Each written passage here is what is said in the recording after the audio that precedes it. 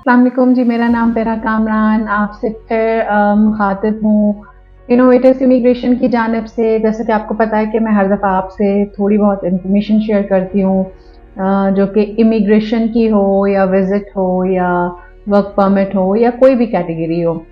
तो आज मैं आपको जो के फर्स्ट वन कंट्रीज़ हैं, उनकी छोटी-छोटी आपको एक इंट्रोडक्शन छोटा-छोटा दूँगी।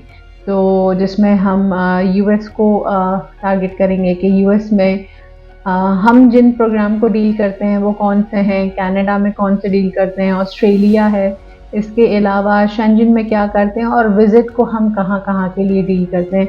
तो सबसे पहले तो हम बात करेंगे विज़िट के हवाले से कि विज़िट में हम कौन-कौन से कंट्री डील करते हैं। अच्छा, विज़िट में हम सारे कंट्री डील करते हैं, जिसमें अगर कोई भी इंटरेस्टेड है विज़िट के लिए और बाहर जाना चाह रहा है तो वो हमसे राब्ता कर सकता है। इसके अलावा फिर कनाडा है, कनाडा में सबसे पहले हम एक्सप्रेस एंट्री को डील करते हैं, उसके बाद फिर पीएनपी को।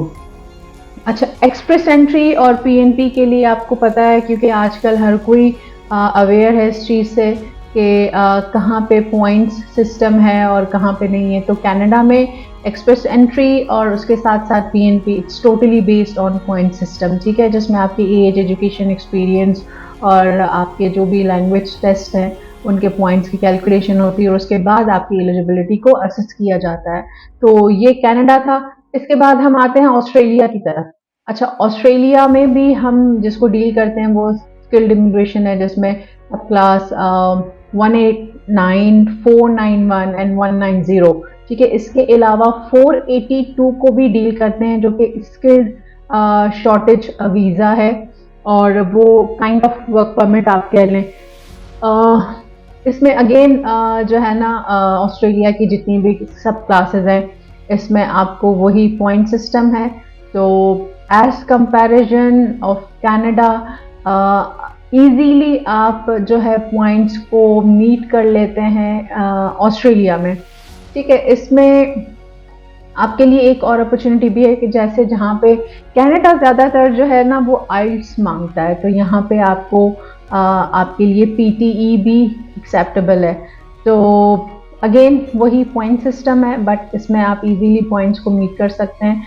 और जो 482 है उसमें कोई भी पॉइंट्स की कोई भी रिक्वायरमेंट नहीं है, ठीक है। उसमें आप अगर आपके पास कोई प्रोफेशनल और टेक्निकल डिप्लोमा है और उसके रेलिवेंट ही आपका एक्सपीरियंस है तो then you can proceed with it.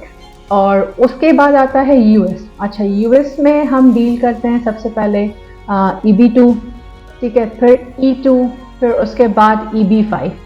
तो EB2 आजकल हर किसी को पता है, ठीक है, उसमें कोई पॉइंट्स का सिस्टम नहीं है और सिंपल उनका जो क्राइटेरिया है वो आजकल हर किसी को पता है।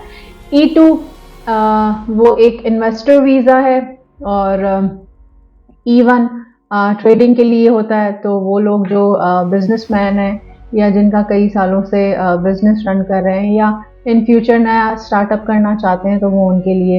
EB5 अगेन वो समझ लें कि इमिग्रेंट कैटेगरी है और वो भी इन्वेस्टमेंट की तरफ आता है।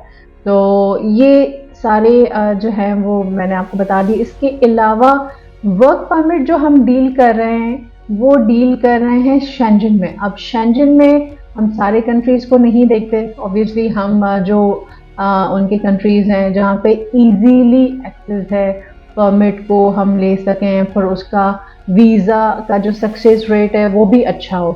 तो उसमें सबसे पहले पोलैंड है, हंगरी है, लिथुआनिया है, चेक रिपब्लिक, क्रोशिया। अच्छा, यूरोप में जो दो कंट्रीज़ हैं वो एक रोमानिया और अल्बानिया है।